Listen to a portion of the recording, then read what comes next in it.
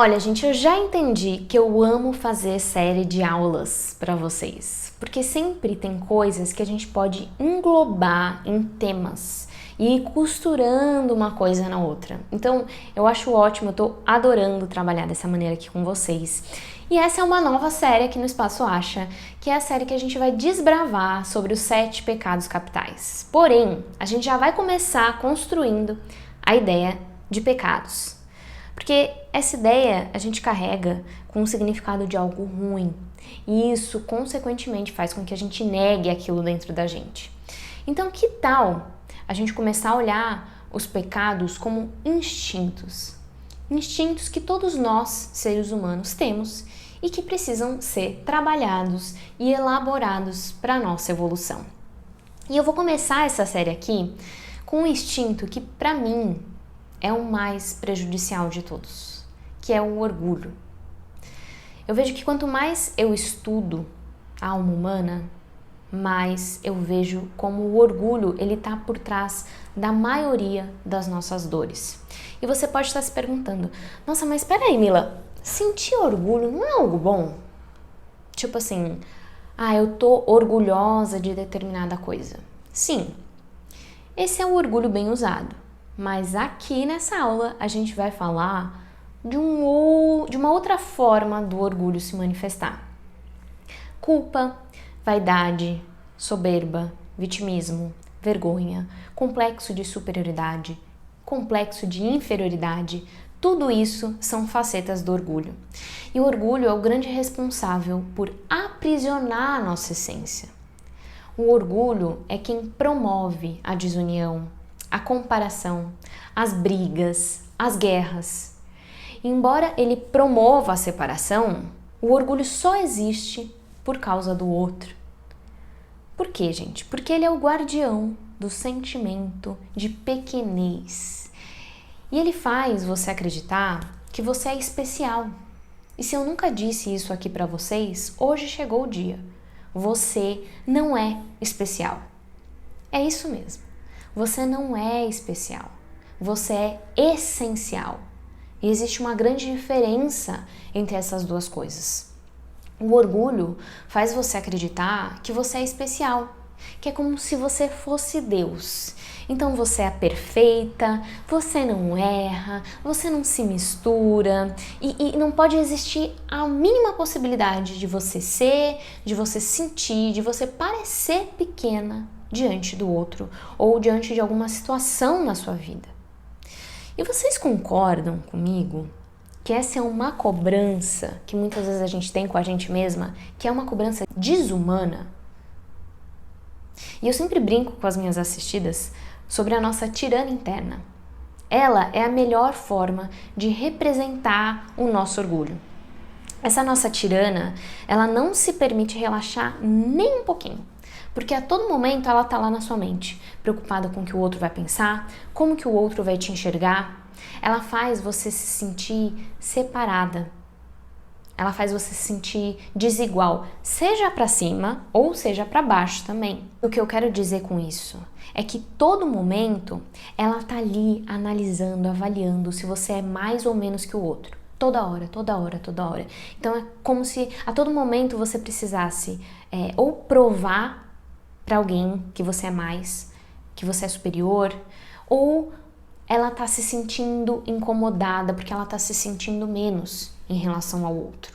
Então, não existe aquele lugar de ufa, peraí, deixa eu relaxar aqui, sendo eu mesma, como eu sou, né? Não importa o outro, o que o outro pensa, não importa o que tá fora. Eu vou relaxar aqui sendo eu, apenas sendo eu. Não existe isso para o orgulho, não existe isso para sua tirana interna. Ou é, nossa, eu sou melhor que todos, eu sou foda, o mundo não existe sem mim, minha família não existe sem mim, ou é o outro polo. Nossa, todo mundo é melhor que eu sou pequena, eu sou coitadinha e todos os problemas do mundo são meus. E assim a gente vai se aprisionando sempre no externo, no outro. E como eu falei no início, o orgulho ele tem muitas formas de se manifestar.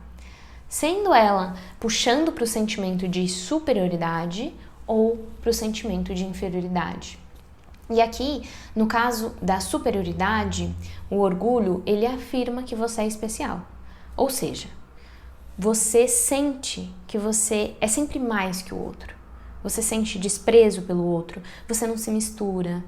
A todo momento você tem a sensação que você já sabe de tudo. Sabe aquela pessoa que sempre acha que tem razão? Que a verdade dela é a única verdade que existe? Que ela sempre acha que ela precisa ser o centro das atenções, ser a prioridade. Ela nunca se coloca ali num lugar de iniciante. O outro é sempre menos. O mundo precisa de mim. Frases como vocês não seriam nada sem mim. Essas frases, elas são clássicas do orgulho atuando através dessa sensação de superioridade. E você pode perceber, se você conhece alguém assim, ou você se identifica, ou já se viu nesse lugar em algum momento na sua vida, esse tipo de orgulho, ele sente tanta solidão, porque é isso, gente. Se você se coloca em um pedestal, esse é um lugar vazio, é um lugar solitário, ninguém tá lá com você. Então é muito normal a gente se sentir sozinho nesse momento. Uma outra faceta do orgulho, que essa é famosa, que é o perfeccionismo. O perfeccionismo, ele é baseado na mesma ideia que eu acabei de falar, que é a gente se sentir especial. E se eu sou especial, eu não posso errar. Eu preciso fazer tudo certinho, eu não posso dar nenhum passo em falso. Tudo que eu faço, tudo que eu falo, tudo que eu penso precisa ser impecável, precisa agradar a todos. E vamos concordar que é uma cobrança muito injusta e muito desumana com nós mesmas, não é mesmo? Porque quem nessa vida, na condição humana, não vai errar? Não vai mudar de opinião? Não vai fazer uma besteira? Me diz, gente, quem? E é por isso que o perfeccionismo, ele é o responsável por paralisar a gente, porque não tem a menor possibilidade de você agir sem existir a possibilidade de errar. E o perfeccionismo, ele também vai levando a gente para um outro polo das atuações do orgulho, que é através do sentimento de inferioridade.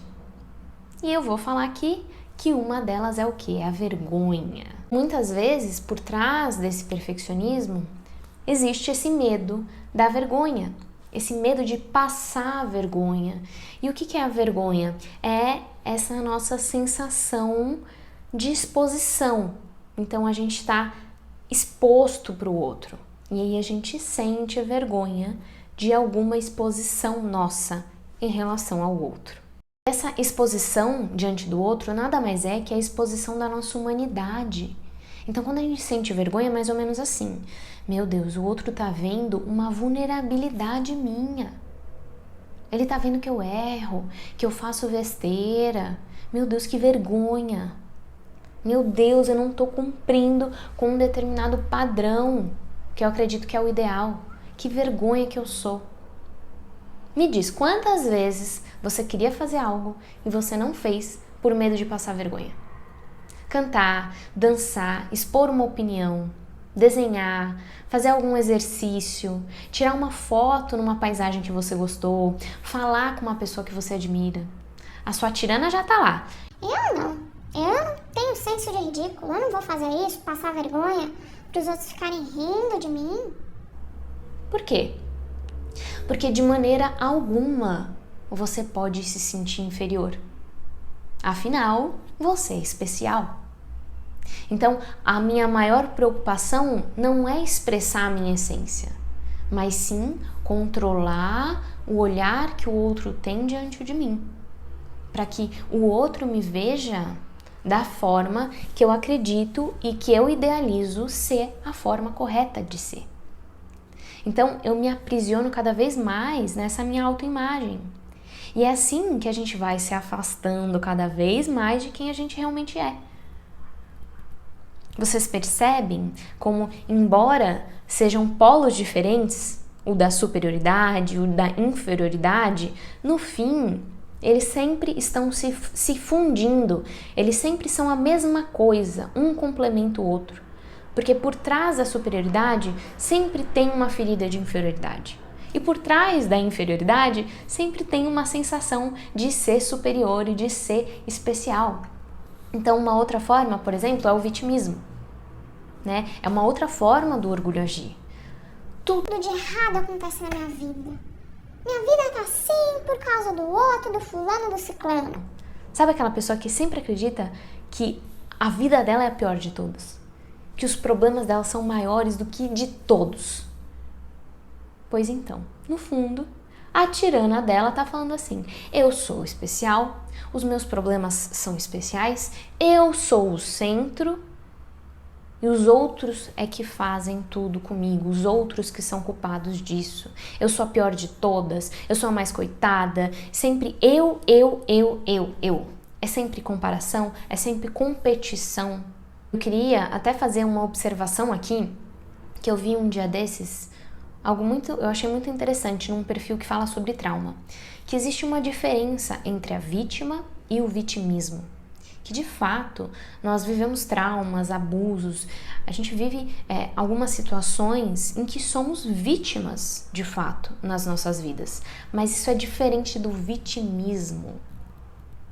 No vitimismo a gente quer engajar com aquilo, quer se colocar como coitada, como superior, como centro, e de alguma forma a gente quer se isentar da responsabilidade de ter que mudar a nossa própria vida.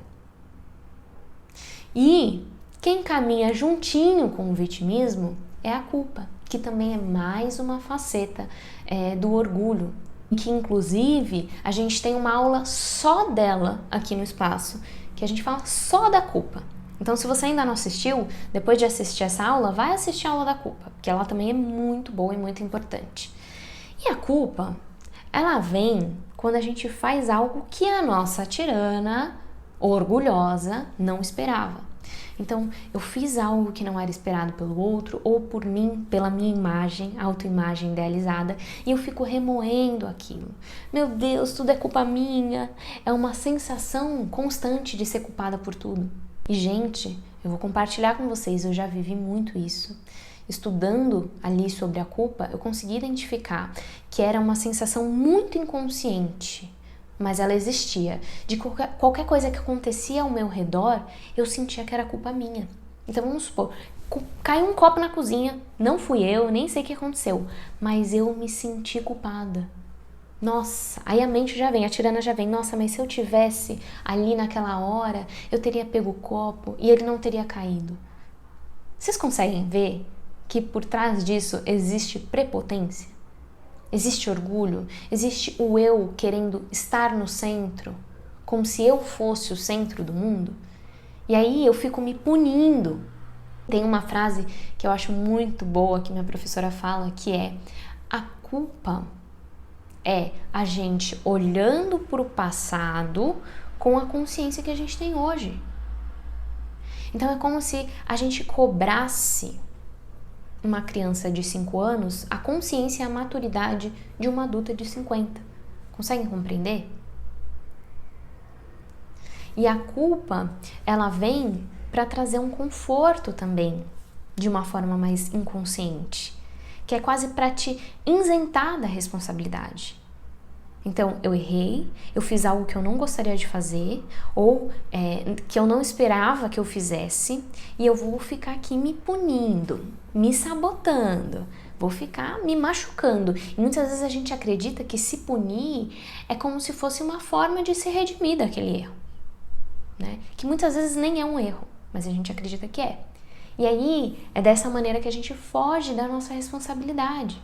Você percebe que ficar, é minha culpa, eu sou culpada, eu não devia, e ficar repetindo e trazendo isso para você de forma punitiva, por trás disso existe um conforto, um certo conforto. É culpa minha, já assumi minha culpa, pronto.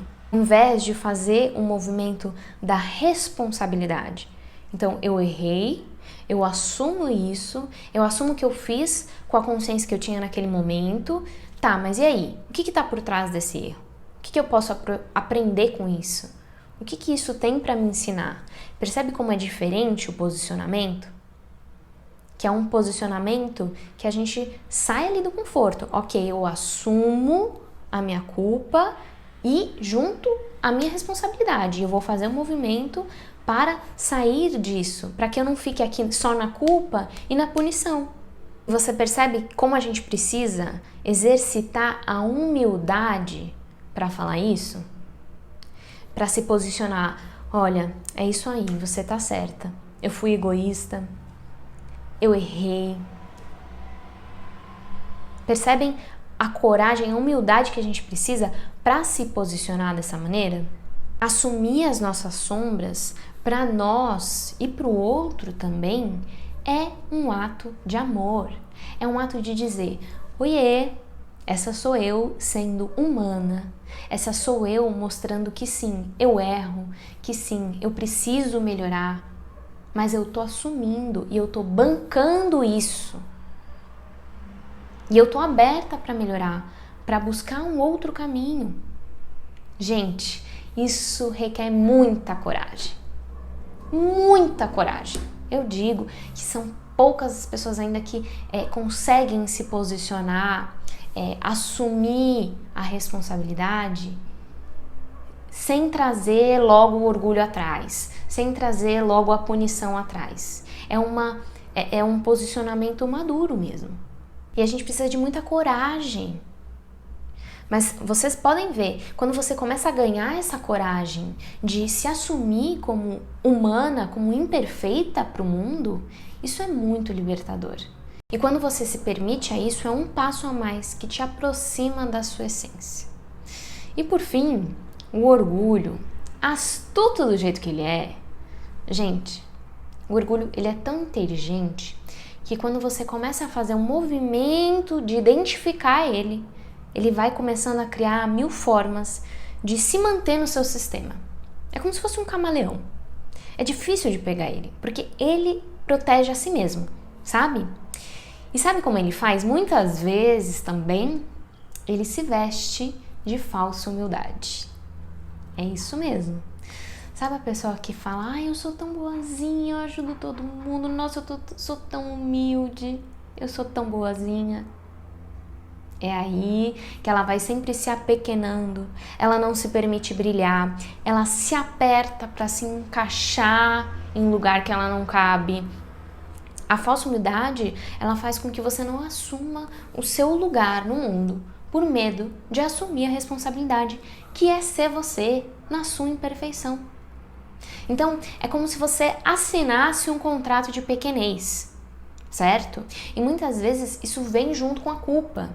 No sentido de, se eu brilhar, eu posso gerar algum desconforto para um outro, sabe? De repente alguém da minha família, uma amiga, e eu não vou fazer isso. Eu não vou brilhar. E o orgulho tá por trás disso também, tá, gente? Saibam que o orgulho tá por trás, isso é orgulho também. E esse aí é brabo porque ele vem vestido de falsa humildade. Então agora vocês conseguem entender por que eu disse que o orgulho ele é o mais prejudicial de todos os instintos? Porque ele se veste de muitas formas. Eu garanto que você deve ter se identificado aí com pelo menos uma delas. E aí você me pergunta, Mila, tá bom, mas como que eu vou contornar esse orgulho? Como que a gente vai fazer? A virtude que se opõe ao orgulho é a humildade. A real humildade. E a humildade é uma virtude que nos ensina sobre a nossa humanidade. Nós somos humanos, erramos, somos iniciantes, a gente precisa aprender, a gente precisa também do outro para evoluir. Então a humildade é reconhecer mesmo essa nossa pequenez diante do mundo. É a gente se abrir para encontrar esse poder que existe na nossa essência, na nossa espontaneidade, em nós imperfeitos como somos. Porque a sua alma ela não está preocupada com o que o outro vai pensar. A sua alma, ela simplesmente, ela quer se manifestar da forma que ela é. Porque para ela não existe quem é mais, quem é menos, quem é melhor, quem é pior. Cada um tem a sua fragrância. Ela quer brilhar e ela quer também que o outro brilhe. Porque o brilho do outro, ele não diminui a sua capacidade de brilhar. E vice-versa, o seu brilho não diminui a capacidade do outro de brilhar. E o orgulho não quer admitir nada disso. Ele quer te aprisionar no não pode, não deve, no tem que. E ao contrário do que a sua tirana diz, que é ser humilde, é ser fraco, é ser menos, entendam que a verdadeira humildade não é você ser menos. Ser vulnerável não é sinônimo de ser frágil. Errar e assumir o erro não é sinônimo de você ser inferior. Isso tudo é força, isso tudo é potência, isso tudo é autenticidade. E é se permitindo ser você na sua espontaneidade, na sua humildade, que você ganha cada vez mais energia para brilhar, para se realizar, para se libertar dessas prisões que o orgulho nos coloca. E, sobretudo, para expressar quem você é, a sua forma. E a sua forma terá imperfeições. Então, com essa aula, eu te convido a você se observar e identificar. Existe alguma tirana dentro de mim? Me punindo, me sacaneando? Existe alguma parte de mim atuando no orgulho? Existe alguma parte de mim que separa, que compara, que briga? Como é que hoje eu posso praticar a humildade verdadeira na minha vida? Como eu posso me permitir agir mais sendo eu mesma? Me permitindo errar, me permitindo passar vergonha, assumindo os meus tropeços, as minhas sombras. Façam essa reflexão. Escrevam de preferência. Eu sempre falo para vocês da importância da escrita. Então, respondam essas perguntas no papel mesmo. Façam essas reflexões diante de vocês. Se percebam no dia a dia. Eu falo, quando a gente vê, não dá mais para desver. Então, olha a quantidade de facetas que o orgulho tem, as formas que ele se coloca na nossa vida. Então, agora vocês já sabem de várias formas. Então, se abre para se observar no dia a dia. Se você vai pegando, você vai identificando, caramba, nesse momento, tô sentindo que é a minha tirana que tá agindo aqui, é meu orgulho que tá agindo. Eu tô sentindo uma vontade de competir com o outro. Eu tô sentindo que eu sou melhor que o outro, ou eu tô sentindo que eu sou menos que o outro. Vai identificando isso no dia a dia. Pra quê? Pra que a gente transforme, porque só nosso mantra, gente, só o que é visto pode ser transformado. Então, é identificando, é ir pegando o orgulho no pulo, tá? Porque ele é astuto, então tem que ir com calma, ir acolhendo ele pra gente transformar isso. E colocar a humildade verdadeira em prática. Se mostrar humana, se mostrar imperfeita. Primeiro para você, porque esse é o passo primordial.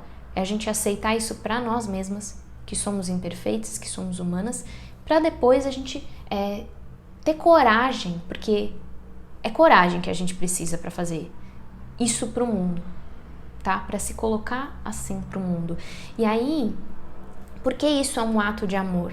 Porque a partir do momento que eu me coloco para o mundo dessa forma, que eu exponho mesmo que eu sou imperfeita, que eu tenho as minhas sombras sim, eu permito, eu dou uma brecha para que o outro olhe e veja, caramba, olha, realmente eu também já me senti dessa forma, eu também já errei dessa maneira, que legal que ela tá se expondo dessa forma, se abrindo dessa forma. Será que eu também não posso fazer isso? Será que eu também não vou ser mais eu me permitindo agir dessa maneira? Então, é um ato de amor, certo? Para nós e para o outro. Então, vamos juntas ir domando essa tirana orgulhosa, vaidosa, perfeccionista que habita dentro de nós. Um beijo, fiquem com Deus e até a próxima aula.